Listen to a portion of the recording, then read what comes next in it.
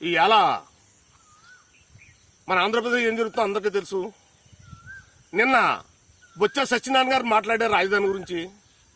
1,00,000 కోట్లు అవుతుంది, రాజధాని మనకు అంత అవసరమా అని నిన్న సంబంధించిన సాయంకాలం వార్తలు ఇవ్వడం చూడొచ్చు ప్రతి ఒక్కరు మానవ కూడా. అంటే 10 మంది కుర్రాళ్ళు ఇల్లు కట్టుకోడా 1 కోటి రూపాయలు కట్టుకుంటుంది. ఇవాళ బొత్స సత్యనారాయణకే ఎన్ని ఇళ్ళు ఉన్నాయో అతనికే తెలీదు. ఎందుకు అంత మాట్లాడాడు? మరి మినిస్టర్ చేసాడు, ఎన్నో పదవులు అనుభవించాడు.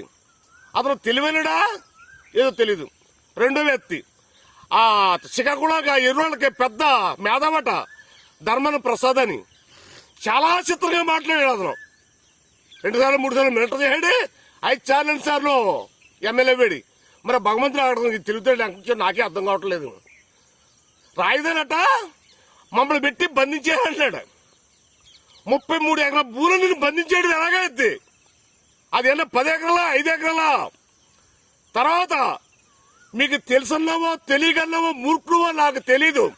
నువ్వు అన్నమాట మనం రాజధాని మారాం, ఇంకా మారుతా ఉన్నావు అంటే నీ పూర్తిగా అవగాహన లేదు. ధర్మల ప్రసాద్ గారు మీకు అవగాహన లేదు. మనం ఆ రోజు తమిళనాడు నుంచి విడిపోయింది. రెండు భాషల మధ్య ఆ రాజధాని అది. అటు అరవ భాష ఆల్తో తెలుగు భాష మందే. ఆ రోజు నువ్వు ఎక్కడ కలపలేదు. ఆ రోజుల్లో పొట్టు శ్రీరామ్ గారిని కాంట్రాక్టర్ పోరాడి ఈ 2 భాషలు వేరే కాదని తీసుకొచ్చి ఆ రోజు మనం కర్నూలులో ఆడ కోట ఉంటే మనకు రాజధాని ఏర్పాటు చేసుకున్నారు. ఇవన్నీ నువ్వు చెప్పలేదు. రాజధాని మారేవని చెప్పాను. నీకు ఎవడే ఓట్లేసినాడు తిరుమలలో? మా వీడియో చూసి నీకు దల్లు ఉంటే నువ్వు జవాబు చెప్పు. అలాగే కర్నూలులో ఉంటే ఆ రోజు ప్రభుత్వం దగ్గర మన దగ్గర డబ్బులు లేవు. నీకు తెలుసో తెలదో. డబ్బులు లేక హైదరాబాద్ ఖాళీ ఉండి నవాబు అర్పించిన పెద్ద పెద్ద బిల్డింగ్లు పెట్టుకుంటే మన ఆంధ్ర వాళ్ళు వెళ్ళి అక్కడ బాబు మేము కూడా మీరే కలిసిపోతాం, మీది చిన్న రాష్ట్రం మాది చిన్న రాష్ట్రం 2 కలిపితే మన పెద్ద రాష్ట్రం అయితే అభివృద్ధి చెందిద్దంటే వాళ్ళు ఒకే అన్నారు. ఎందుకన్నారే? స్వార్థంలో జనం లేదు అప్పుడు నీకులాగా. దాన్ని మనవాళ్ళు వెళ్ళి హైదరాబాద్ లో కలిసిన తర్వాత దాన్ని మనవాళ్ళు పాలించి దాన్ని బాగా అభివృద్ధి చేసిన తర్వాత మీ శ్రీకాకుళం జిల్లా పనికిమాలని తిట్టకూడదని ఆ చంద్రశేఖర్ అన్నాడు. ఆ దొంగల కొడుకు వెళ్ళి ఈ రాజధానికి ఒకసారి సీఎం చేయాలని దీన్ని ఒక ఉద్యమం లెగదీసి దీన్ని ఎడదీసాడు. అది తెలకుండా నువ్వు మనం రాజధాని మారిపోతూ వస్తామని చెప్పుకొని మాట్లాడుకుని నేను చెప్పాల్సి నీకు జవాబు. నేను అప్పుడు అక్కడ చంద్రశేఖర్ రోజు గొడవతుంటే ఈ పనికిమాల కాంగ్రెస్ తిట్టకూడదని ఆడ మూర్ఖులాడు కాంగ్రెస్ వాళ్ళు తలుపులేసి మన విభజించి బయట దోస్తారు. మీకు తెలుసో తెలదో ఎన్ని రూల్స్. నువ్వు ఎన్ని మాట్లాడలేదు. రాజధాని మాట్లాడాలని చెప్పావు.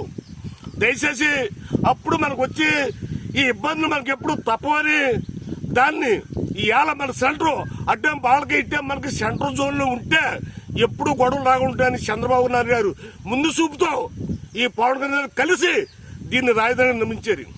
దాని మీద మీకు ఇంత ఇష్టం ఎందుకో? మీకు ఆ రాజధాని అవసరం లేదు. మీరు ఎంత మాట్లాడండి, దాని గురించి మాట్లాడండి. మాకు తెలుగులో ఓ సామూరు ఉంది, మంచి చేయకపోయినా పర్లేదు చెడ్డ చేద్దని చెప్పింది మా చరిత్ర. మీకు తెలిసి ఉండదు అలాగని.